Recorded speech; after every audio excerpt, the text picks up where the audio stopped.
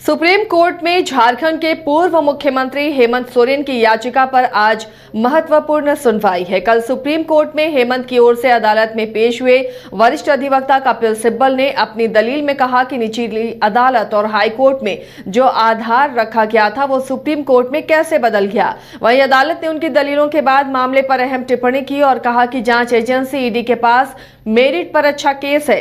जमीन घोटाले में आरोपी हेमंत सोरेन की अंतरिम जमानत याचिका पर कल कोर्ट में सुनवाई पूरी नहीं हो पाई है। इसी वजह से बुधवार यानी आज भी कोर्ट में सुनवाई होगी। जस्टिस दीपांकर दत्ता और जस्टिस सतीश चंद्र शर्मा की बेंच के समक्ष कपिल सिब्बल ने दिल्ली के सीएम केजरीवाल की तरह सोरेन ने भी चुनाव प्रचार के लिए सुप्रीम कोर्ट से अंतरिम जमानत की मांग की है।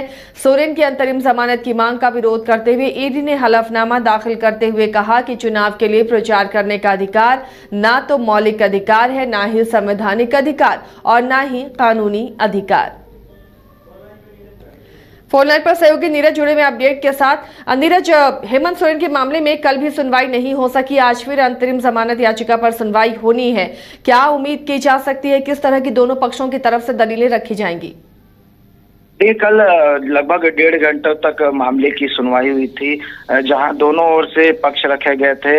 हेमंत सोरेन का पक्ष रखते हुए कपिल सिब्बल ने कहा था कि जिस मामले में हेमंत सोरेन की गिरफ्तारी हुई है उस मामले में हेमंत सोरेन का डायरेक्टली कहीं से लेना देना नहीं है। जिस जमीन का जिक्र किया गया है वो जमीन किसी और के नाम पे है, उस जमीन की बिजली बिल जो है वो भी किसी और के नाम से आता है।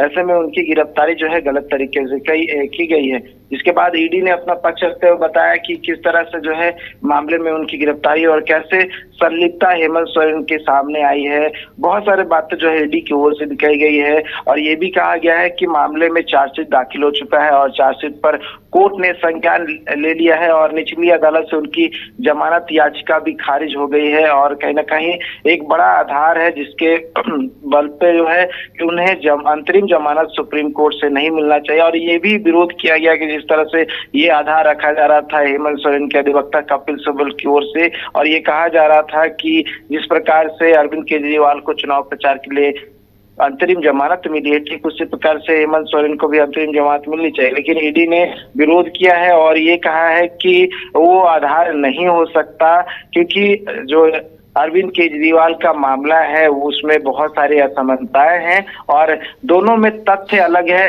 तो ये आधार अगर अरविंद केजरीवाल का नहीं दे सकते हैं कपिल सिब्बल, तो तमाम बातें जो कल कही गई है।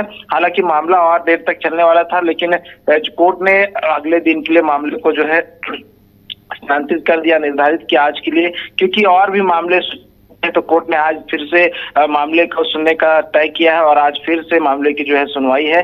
हो सकता है दोनों ओर से पक्ष रखने के बाद एक फैसला जो है वो देखने को मिल सकता है कि हेमंत सोरेन को राहत मिलेगी या फिर नहीं।